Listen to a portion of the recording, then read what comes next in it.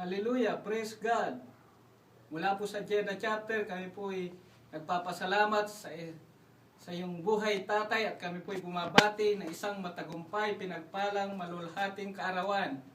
Amen.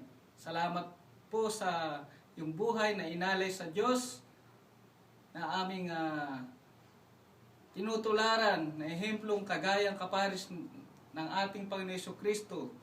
Maraming salamat sa iyong pagpapagal, pagsasakripisyo, panalangin, pag-aayuno para sa amin, para sa iglesia, para sa church, sa buong body of Christ, at sa buong Pilipinas at sa buong mundo.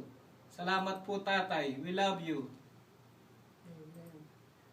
Kami po dito sa Jeddah chapter ay bumabati ng isang pinagpalang kaarawan po sa inyo po, Tatay. Lubos po kami nagpapasalamat sa inyo pong buhay, sa mga dakilang bagay po na itinuro nyo po sa amin, lalong-lalo na nga po sa pananalangin at pag-aayuno.